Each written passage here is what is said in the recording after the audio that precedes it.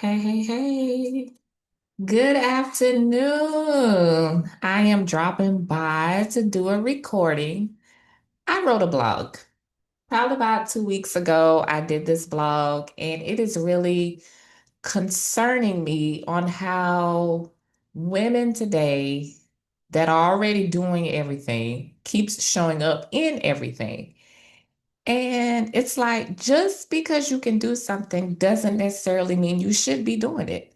Like, who told you that you got to take on all these assignments? Who told you that you got to wear all these hats at the same time? So that's what we're going to be talking about today. The title is Just Because You Can Doesn't Mean You Should. So, welcome. I am Latoya J here with this episode. So, like I stated, I am talking to the women who are always striving, who's always doing, always going, my high achieving go-getters. And you struggle with the idea of always doing. You're doing everything because you're capable of doing it. But like I said, just because you can does not mean that you should. Okay. A lot of women are exhausted right now. It's the end of the first quarter. We've probably been trying to knock out our goals as much as we can, and we're just taking on everything. But you're tired and you are exhausted.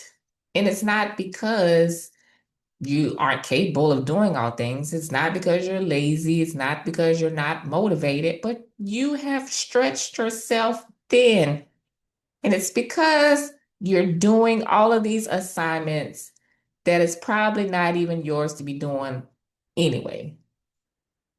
Somewhere along the way, somebody told you about an opportunity. Someone was like, oh my God, will be a great opportunity. Oh my God, this door has opened. Oh, this has come up. And you're like, oh, let me try that. Oh, let me do that. Maybe I'm supposed to walk through this door because it's open for me. Again, we have the opportunity to do a lot of things, but is it really necessary if we should? And I want to leave this note, okay? I'm gonna drop this right here. Opportunity is not the same thing as obedience.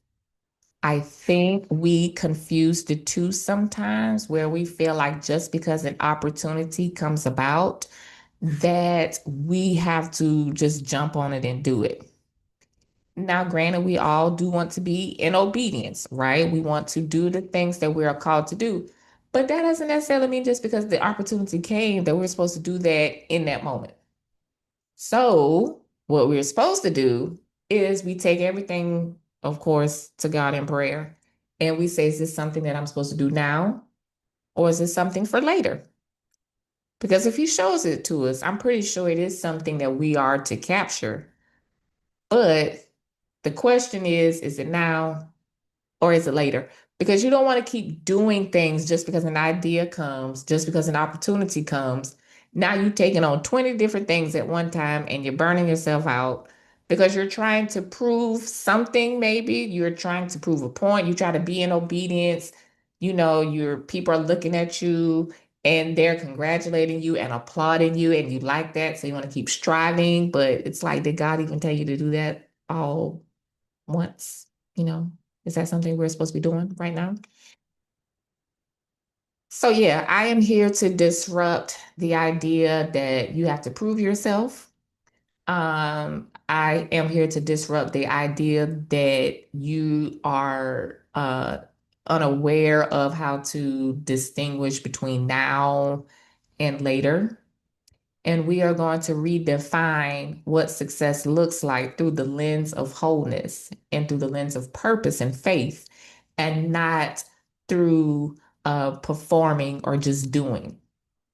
Okay. We are going to do what God said do and not what everybody else thinks we are supposed to do. You know, the thing is, when we're gifted, when we're talented, people see that and their expectations of us grow. It's like, oh, well, they can do this and they can do that. Help me with this. I think you should be doing this. Oh, you would be great at that. And people are, they're just expecting more of you, which I think is a natural thing. I mean, we see greatness in everyone and we want to pull it out of them. But we have to be conscious of how we allow those people's thoughts and opinions to affect us. Because, like I said, we're doing all of the things, but just because they encourage us to keep going and they encourage us to add another thing onto our plate because they encourage us to um walk in this thing. The Lord ain't tell me to do that. Not right now. I appreciate your concern. I appreciate your suggestion. I thank you for seeing that in me. I'm going to take this and think on it a little bit more. You see what I'm doing as far as giving responses? We're not going to just jump on every bandwagon that pulls up. We're going to be conscious of our capacity and what we can handle. So we're going to look at obedience in a different way. We're going to be obedient to what God says our timing looks like and his schedule and plans for us, and not just because something has come up. All right. We are trusting in God and that if something is for us, that it will find its way to us. Um, Now, don't linger on a thought too long now. If you know something is for you, then you need to be doing it. Okay. We're not going to be out here procrastinating and asking for 100 different confirmations when it's something that we know we're actually supposed to be walking in. Okay. We're gonna get some clarity on this thing and we're gonna move in that and not like, oh well, let me see. And 10 months later has went by and you're still seeing it, but whatever. Okay. Clarity, this it diminishes self-doubt. All right. When we're clear, we know what is now and what is next. If you know what God has told you to do, and somebody comes and try to derail you or come up with a different plan, you already know that ain't what he said. And then you don't have to question everything. But of course, seek counsel, seek answers, just making sure that it is something that we are to be walking in. Because one of the hardest things for women that are in this great capacity, whether you are a leader, we're all leaders, whether you're a leader in your home, on the job, your career, your organizations, everything has you in like this high capable role. We know you can do it. We know you can start it. We know you can fix it. You are the leader of everything.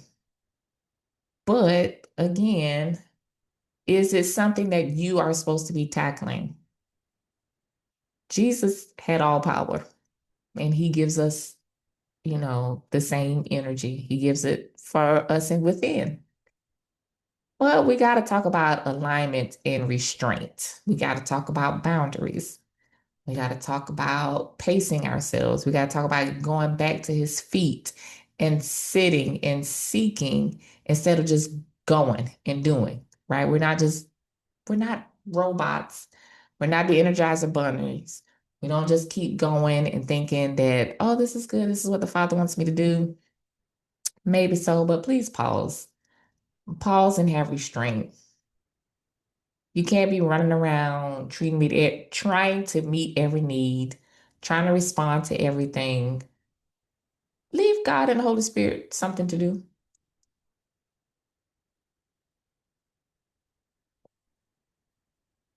I think the real question is why do we feel like we have to respond to everything? Why do we feel like we have to be doing something all the time? Could it be a thing of wanting to be seen, feeling needed? There's a part of us that only feels accomplished or valued when somebody needs something from us. So you're always showing up every time someone is calling about doing something. Like we got to turn off the dial of feeling the pressure to perform. We have to turn it off of thinking we are only valuable if we are doing something. Because if you're not careful, you're going to be doing things and it's going to be looking good on the outside, but it is secretly draining your life on the inside. And then when you hit rock bottom, those same people are going to be looking and they're going to be surprised because you never voiced that you were running thin. You never voiced that you were stretched thin and running on E.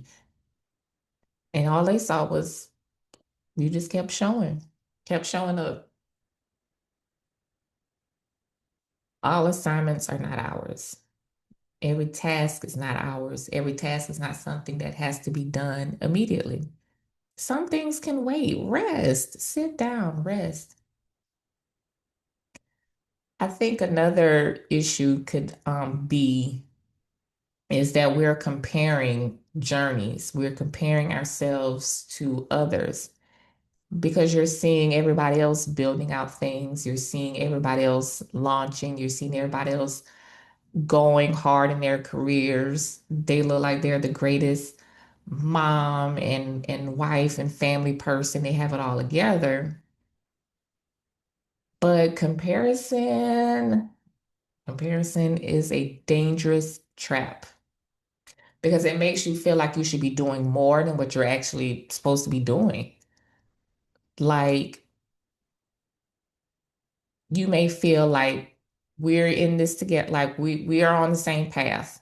But this person seems like they're getting all of the calls. This person seems like they're winning all the awards. This person seems like they're being recognized more. So then you start adding on to your plate to try to catch up with them. But there are seasons for everything. And if you just stay consistent with what you are doing, your season of recognition will happen. And everybody's praise or everybody's fulfillment looks different. Like yours doesn't have to look like theirs. The success is not measured by other people or how visible you're out there. It is based on your obedience and you completing the assignment that you were told to do. We have to start shifting from trying to appeal to people, but appeal to God Himself. So ask God, what is it that you're supposed to be focused on? Um, sit, relax, hear from Him. He will let you know when it's time to build. He will let you know when it's time to put down. He will let you know when it's time to start, when it's time to pause, when it's time to stop. Um, you don't have to try to keep trying to keep up with everyone else. Your questions aren't really, the question should be, what am I doing and what am I to be focused on right now? Because when you are clear on the things that you're supposed to be doing right now, then it takes away you spending a lot of energy on things that make you look good, but isn't what your assignment is in the moment. Focus on your peace. Focus on your capacity. Focus on the thing that gives you the energy in the moment. Make sure you are keeping your purpose and your assignment in mind. And if something is coming up that doesn't reflect the assignment, doesn't reflect your purpose in the moment, or if you know you don't have the capacity for that thing, then take a step back and make sure that it's something that you're actually supposed to be doing.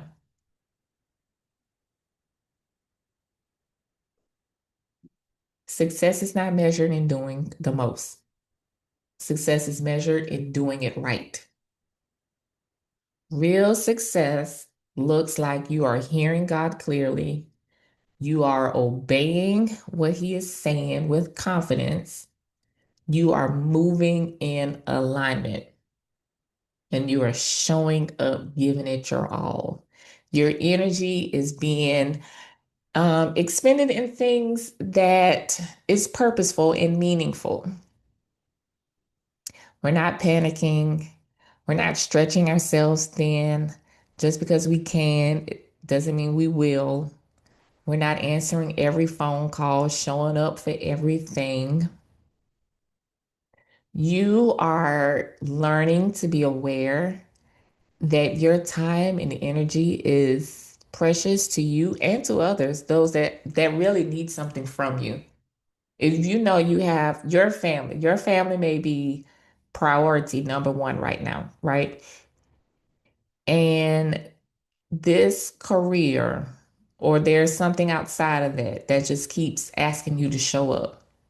But you know the Lord told you to focus on being wife and mom or being caregiver to those in your home.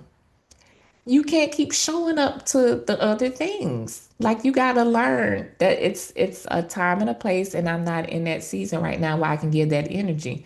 Now, later on, you can start shifting back to doing certain things, but it's all about knowing when the time and when the season is for something.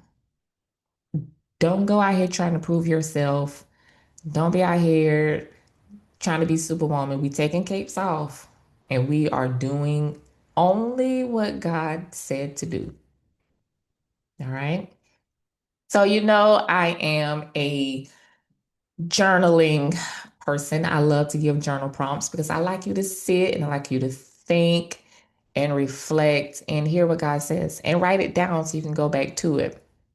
But a question that I want you to ask is, where am I currently expending energy that does not need me? Where am I currently expending energy that does not need me? What have I taken on just because I can? What would I release if I no longer felt the need to prove myself?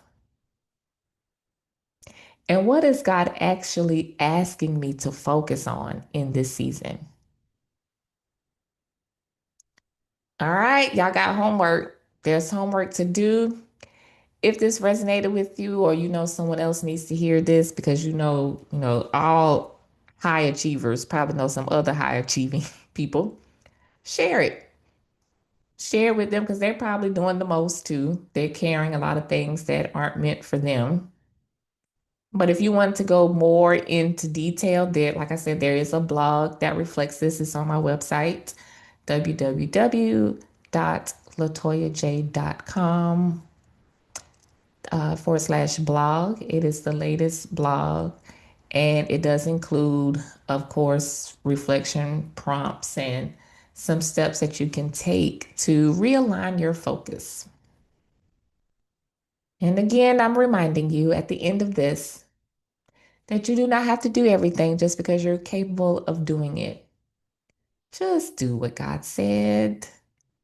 Until next time, bye.